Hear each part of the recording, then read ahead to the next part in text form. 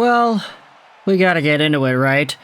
Not only did Jim Rutherford go out there and drop a bomb regarding Quinn Hughes, Jack Hughes, and Luke Hughes, but we also saw ourselves some other comments throughout the day and throughout the press conference from Patrik Allvin, from different people in the media, regarding some of the more high-key stories on this team. No, we are not talking about the highest of the high-key stories like Quinn, Jack, and Luke once again. The previous video on the channel goes over all of that.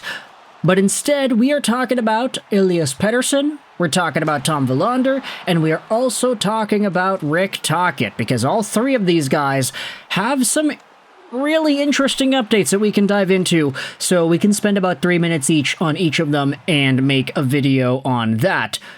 Starting out with what Patrik Allvin said earlier this morning during the presser. He said the Canucks are under the impression that 2023 first-rounder Tom Willander plans on returning to Boston University. This one could still depend on the two sides bridging the contract stalemate. And that is hilarious. And the reason for that is because the holdup, everything that was reported on the media, etc., the holdup seems to have been about Schedule A bonuses. Hey, the Canucks don't want to give Tom Willander the right to earn extra money within the million-ish dollar range if he plays a certain amount of games or he gets a certain amount of points or whatever. That was the reported holdup. All these NCAA players finish off their seasons, and then a whole bunch of them sign contracts. The only ones who don't? Okay, you got Isaac Howard in Tampa Bay, Hobie Baker winner, and a guy who literally said that him and the team don't see eye to eye. That guy's probably going to get traded soon. Fine, fantastic. And you've got Tom Willander, whose negotiations have been just kind of boiled down to bonus money. Now Patrik Allvin's saying, yeah, the guy wants to go back to school. He'll go back for another season. Now, Rick Dhaliwal went out there and said this earlier this morning as well. After Patrik Allvin made those comments about Tom Willander wanting to go back to school, Willander's agent Todd Diamond said, our intent was and is to turn pro. But if we don't agree on a contract that Tom and his family are comfortable with, returning to BU and other situations become possible over the next few seasons. And that's seasons with an S, with two S's. It's plural. Possible seasons? Bruh. It's not even that Tom Willander could strictly be a BU guy. Rick Dhaliwal was talking about this on Halford and Bruff earlier on Friday. If Tom Willander starts the season as a pro hockey player, but he's in Europe instead, that would be the absolute worst case scenario. You know that Vancouver would just have not been willing to shell out the necessary money to keep this guy in North America. Tom Willander had 2 strong seasons at the Boston University Terriers organization. He is ready to turn pro in terms of how good he is, in terms of the physicality he can handle playing off against NHL guys, most likely. But the Canucks are penny pinching in such a weird way that they don't want to give the guy the bonus money that he and his family would want to get. Why not? This guy's a 15th overall pick. He's a first-round guy, and he could be a top 4 defenseman as soon as next year. Why not give that guy bonus money? He's not even going to be making a high amount of money anyway. He's going to be on his ELC. There is no reason for Vancouver to have not been willing to just give the guy what he wants. Within the realm of Schedule A bonuses not being that big of a deal, like, you're not going to give this guy millions and millions and millions of dollars for Schedule A bonuses. That's ridiculous. And now it's gotten to a point where Tom Willander could be heading over back to BU. Who knows? Who knows if there's a contract signed? Who knows if the Canucks acquiesce and decide, okay, fine, we can just give him the money and the bonuses that he wants, and then he'll sign, and then he'll play in Abbotsford or something. What also should be noted, too, is that the Abbotsford Canucks are a pretty strong team, and they do have enough defensemen, so if they do grab a Tom Willander and they bring him on, it's not necessarily like they're desperate to get him.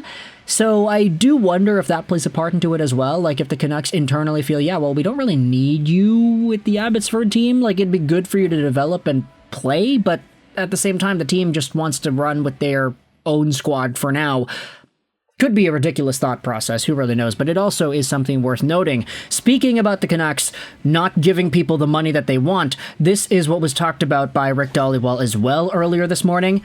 Apparently Rick Tocchet has already left town, courtesy of Halford and Brough in the morning. Dhaliwal replied, "There's no Tocchet extension yet. Talks did take place on the weekend, though. They continue to work at it. As of now, there is still work to do." And so with that, we are starting to see more of the wheels on the Rick Tocchet train chugging along. It seemed like the Vancouver Canucks were going to just acquiesce and give Tocchet a bigger dollar amount, one that's a lot more in line with the reputation that the guy has. Say what you want about the way he coaches the team and whether or not it's a proper or a productive way for this Canucks team to play, but Rick Tocchet's reputation is so vast in this NHL community that he probably does have the right to demand a $4-something million contract. It's possible. And it seems like if the Vancouver Canucks decide, okay, well, we can only pay one, Willander Schedule A bonuses or Rick Tocchet for the next few years, does seem like they're probably going to be leaning towards Tocchet. And I'm just kind of saying that half-heartedly. I mean, the Canucks could have decided to pay Boeser, but they didn't decide to do that. Anyways, we do have ourselves an update on Brock Boeser. Take a look at this. It was posted by Farhan Lalji. On the Brock Boeser topic, the Canucks have told him that he has earned the right to be a free agent, but they will keep the door open to his return. If he doesn't get a deal that he's looking for on July 1st, they will circle back. So, it seems like Patrik Allvin is really putting his money where his mouth is, literally. He's going out there and saying, okay, yeah, Brock Boeser, he didn't get much on the trade market, that's why we didn't trade him.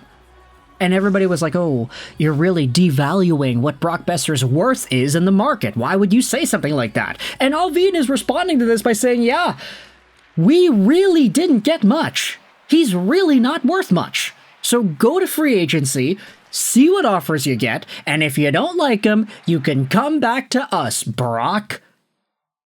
That's kind of a power move, I'm not gonna lie. Still, it's kind of ridiculous that they're even letting him go to free agency and walk for nothing, but if Brock Boeser does get a contract that he's interested in signing, then that's it. That's his time in Vancouver. It's over. But the Canucks saying, yeah, go, check out the offers you can get. If you don't like him, come back here, and we'll get you back. That's really, really ballsy. There's no way a team doesn't give Brock Boeser an $8.5 million AAV contract for 7 years, right? Canucks are not willing to go 8x8. Some other team probably is desperate enough to go near that territory, I would have to guess, right? I don't know. We'll see. But the final talking point that I wanted to dive into in this video, take a look at this. It's a comment that Patrik Allvin made in regards to Elias Pettersson. And essentially it talks about whether or not he's going to stick around. Allvin refuses to say they 100% will not trade Pettersson before July 1st. I would be stupid to not keep my options open, Allvin said. Now, say what you want about Patrik Allvin already being stupid, but this is not going to comment on anybody's perspective on Elias Pettersson anytime soon. Yes, Pettersson is able to get traded wherever and to whomever at this moment in time. Yes, on July 1st, that changes, and all of a sudden he has all the control as to where he gets traded or if he even gets traded at all. But Vancouver, they don't have the opportunity to sit back and say, yeah, we're just going to let him go into NMC territory and we'll just let him go scot-free. Patrik Allvin going out there and saying that, yeah, we have to at least think about it, we have to keep our options open, does feel more appropriate than not, I would say. Although at this point, I do kind of question, is there even a possibility for a Pettersson trade where the Canucks actually come out on top? It doesn't really seem like it's a possible thing here. Pettersson, after all, is so devalued from his 45-point year at $11.6 million. I just don't really know if it's possible here. So, with that in mind, let me know your thoughts in the comment section below. What are your opinions on all these extra things here, from Tom Willander to Tocchet to Boeser to Petey to all these comments made by Patrik Allvin? Do you think it's good, and do you think it's heading down the right path? Let me know in the comment section what do you think. I hope you enjoyed this video. And bye.